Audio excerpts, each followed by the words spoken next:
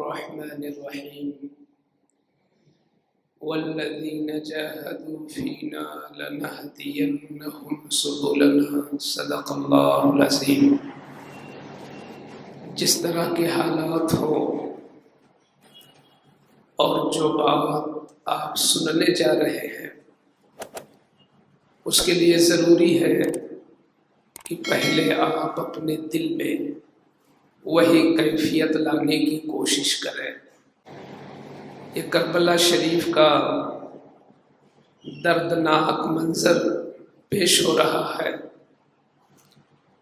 آپ کو اس سے پہلے بتایا جا چکا ہے کہ سیدنا علی مرتضیٰ فاتح خیبر مولا کائنات کے کئی بیٹے میدان کربلا میں شہید ہو چکے ہیں۔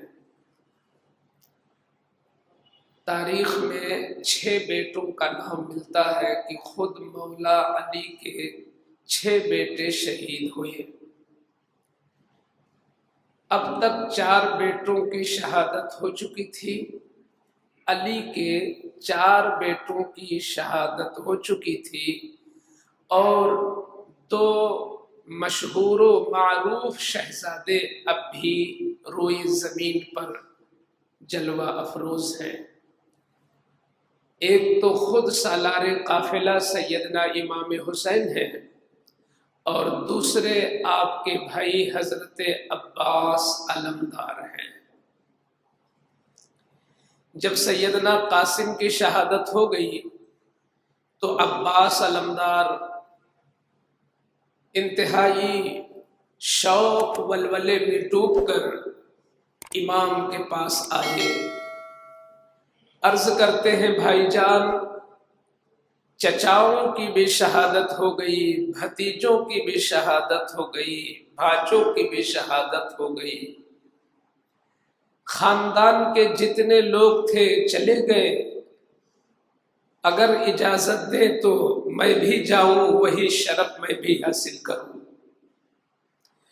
میرے امام نے ایک آہ کھینچی اور عباس علمدار کو سینے سے لگایا، بھائی تم جاؤ گے، تم ہی تو میرا علم اٹھاتے ہو، اور اہم موقعوں پر تم ہی سے میرا رائے مشورہ ہوتا ہے، اور تم چلے جاؤ گے تو حسین کے بازو کٹ جائیں گے۔ عباس عرض کرتے ہیں بھائی جان، اگر جنگ کی اجازت نہ دے تو اتنی اجازت ضرور دے دے کہ ایک مشکیزہ پانی بھر لاؤ، کیونکہ جب سکینہ کے سوکھے ہونٹوں پر اور علی اصغر کے مرجھائے ہوئے چہرے پر میری نگاہ پڑتی ہے تو ایسا لگتا ہے کہ مجھے بار بار موت آتی ہے۔